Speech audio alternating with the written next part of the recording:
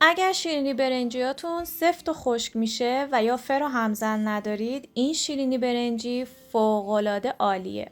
سلام به خوشمزه پزای کانال، با آشپزخونه کیمیا خیلی خوش اومدین. این شیرینی برنجی ها مخصوص عیده که شما میتونید داخل تابه آماده کنید. بافت فوق‌العاده ترد و عالی داره، عطر بی‌نظیری هم داره و مطمئن باشید که این رسیپی رو من چندین بار به انواع مختلف امتحانش کردم تا بالاخره به یه رسیپی طلایی بدون فر رسیدم. بریم که با هم درستش کنیم.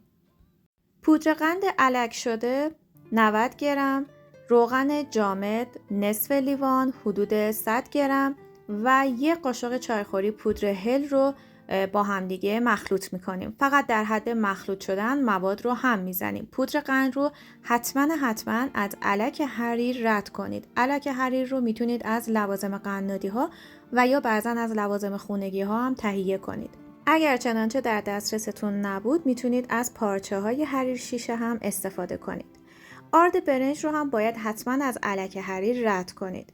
ببینید یک چیزی که خیلی مهم هست برای شیرینی برنجی الک کردن آرد برنج و پودر قند هست، اونم با الک حریر، و اینکه روغن جامد شما به هیچ عنوان نباید باز بشه.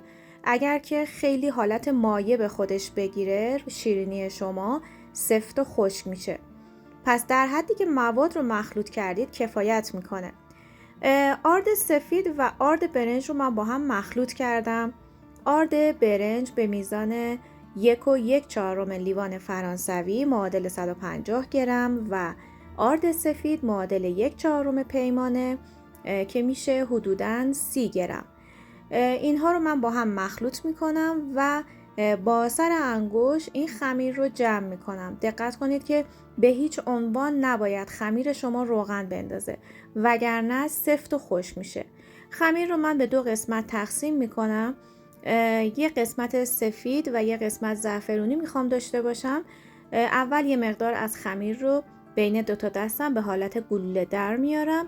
مهر رو میتونید برای اینکه به خمیرتون نچسبه داخل آرد یه مقدار فشار بدید و خیلی ملایم روی این شیرینیتون رو مهر بزنید.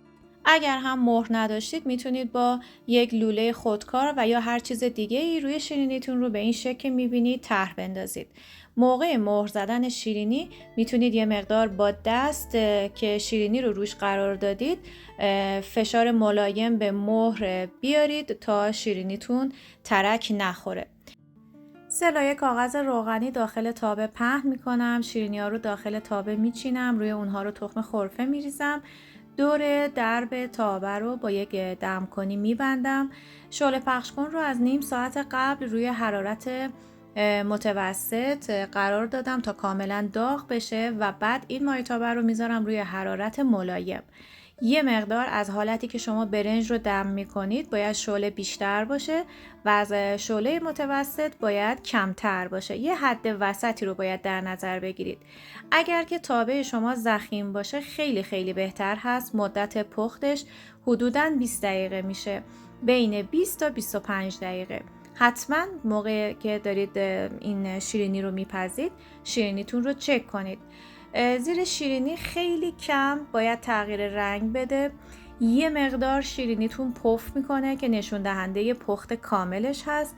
و اینکه اگر که مایتابتون نازکه حتما بعد از 10 دقیقه شیرینیاتون رو چک کنید، چون توی تابه های نازک خیلی شیرینی زودتر میپزه، یعنی تایم 15 دقیقه برای مایتابه های نازک کافیه.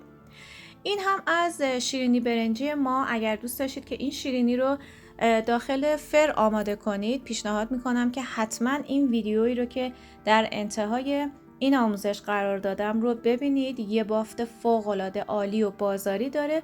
مطمئنم که از خوردنش لذت میبرید. از اینکه تا انتهای این ویدیو با من همراه بودید بی نهایت سپاسگزارم. من سعی کردم تمام نکات رو بگم. اگر مورد و یا سوالی بود داخل کامنت ها بپرسید، در خدمتتونم. تا یک آموزش دیگه، خدا نگهدار.